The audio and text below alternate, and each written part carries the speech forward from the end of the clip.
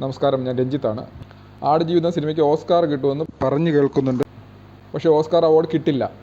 എന്തിനാണ് ആടുജീവിതത്തിന് ഓസ്കാർ പോലെയുള്ള അവാർഡുകൾ വേണമെന്ന് എല്ലാവരും അവകാശപ്പെടുന്നത് മനസ്സിലാവുന്നില്ല. പൃഥ്വിരാജ് ഭാരം കുറച്ചതുകൊണ്ടാണോ? കാസ്റ്റവേയിൽ ഹാങ്സ് 225 പൗണ്ടിൽ നിന്നാണ് 170 പൗണ്ടിലോട്ട് വെയിറ്റ് കുറയ്ക്കുന്നത്. അതായത് ഏകദേശം 102 കിലോയിൽ നിന്ന് 77 കിലോ. അത്രയും ഭാരം അദ്ദേഹം കുറച്ചിരുന്നു ആ സിനിമയ്ക്ക് വേണ്ടിയിട്ട്.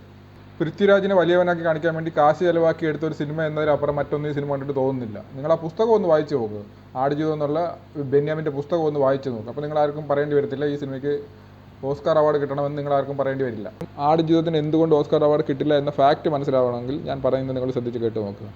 2000 പുറത്തിറങ്ങിയ ബെന്യാമിൻ്റെ ആടുജീവിതം എന്നുള്ള ദുബായിൽ വെച്ച് ഒരു ഫ്രണ്ട് തന്നിട്ട് ഞാൻ വായിച്ചിട്ടുള്ളതാണ്.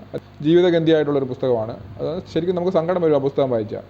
ആ പുസ്തകത്തിൽ എഴുതിയിരിക്കുന്നത് സിനിമയായിട്ട് നമുക്ക് ഒരു രീതിയിൽ മാച്ച് ചെയ്യാൻ പറ്റില്ല. അപ്പോൾ നിങ്ങൾ ഇതിന് ഓസ്കാർ അവാർഡ് കിട്ടുമെന്ന് പറയുമ്പോൾ എങ്ങനെ ഓസ്കാർ അവാർഡ് കിട്ടും? നിങ്ങൾ കാസ്റ്റവേ കണ്ടു നോക്കിയിട്ട് നിങ്ങളൊന്ന് കമ്പയർ ചെയ്ത് നോക്കുക എങ്ങനെ ആടുജീവിതത്തിന് ഓസ്കാർ അവാർഡ് കിട്ടുമെന്ന്. പൃഥ്വിരാജ് നല്ലൊരു നടൻ തന്നെയാണ്, എനിക്ക് പൃഥ്വിരാജിനെ ഇഷ്ടവുമാണ്. പക്ഷേ അതുകൊണ്ട് ഓസ്കാർ അവാർഡ് കിട്ടണമെന്ന് നിർബന്ധമൊന്നുമില്ല. കാസ്റ്റവേ സിനിമ കാണുമ്പോൾ നിങ്ങൾക്കത് മനസ്സിലാവും. കാസ്റ്റവേ പോലുള്ള സിനിമകൾ കണ്ടവരാരും തന്നെ ആടുജീവിതത്തിന് ഓസ്കാർ പ്രതീക്ഷിക്കുന്നു എന്ന് പറയത്തില്ല. ഓസ്കാർ അവാർഡും അതുപോലെ 4 ഇൻ്റർനാഷണൽ അവാർഡുകളും കിട്ടിയിട്ടുള്ളൊരു സിനിമയാണ് കാസ്റ്റവേ. ആ സിനിമ കണ്ടവർ ആരും തന്നെ ഒരിക്കലും ആടുജീവിതത്തിന് ഓസ്കാറും ഇൻ്റർനാഷണൽ അവാർഡുകളും കിട്ടുമെന്നൊന്നും പറയില്ല, പ്രതീക്ഷിക്കില്ല.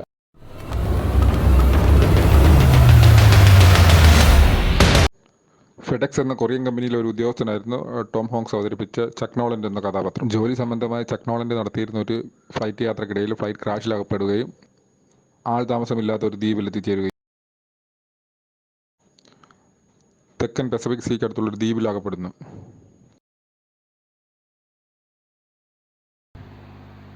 ചക്ക് നോളൻഡ് അങ്ങനെ ആൾപ്പാർപ്പില്ലാത്ത ഒരു ദ്വീപിൽ ജീവിക്കാനുള്ള പരിശീലനം നേടിക്കഴിഞ്ഞിരുന്നു. തനിക്ക് കിട്ടിയിരുന്ന വോളിബോളിൽ ചക്ക് നോളൻഡ് ഒരു മനുഷ്യൻ്റെ മുഖം വരച്ചിരുന്നു.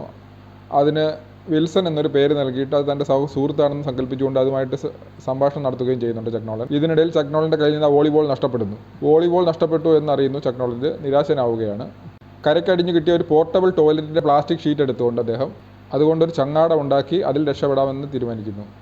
കുറേ സമയം ഈ ചങ്ങാടം നിർമ്മിക്കാൻ വേണ്ടി ചക്ക് നോളൻഡ് സമയം ചെലവാക്കുന്നു. അതിൽ തനിക്ക് ആവശ്യമായ കുറേ ഭക്ഷണവും മീൻ പിടിക്കാനുള്ള ഉപകരണങ്ങളും തുറക്കാതെ വെച്ച ഫെഡെക്സ് പാക്കേജും അതിൽ കൊണ്ടുവെക്കുന്നു. കാലാവസ്ഥ അനുകൂലമാകുമ്പോൾ ആ ചങ്ങാടവുമായി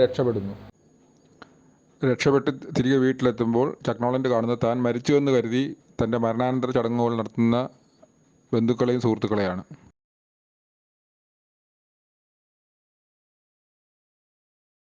താൻ തിരികെ വരില്ലെന്ന് കരുതിയ തൻ്റെ കാമുകി മറ്റൊരാളെ വിവാഹം കഴിച്ച് അതിൽ അവർക്കൊരു പെൺകുഞ്ഞ് ജനിച്ചിരിക്കുന്നു എന്ന സത്യം ചക്ക് നോളൻഡ് തിരിച്ചറിയുന്നു.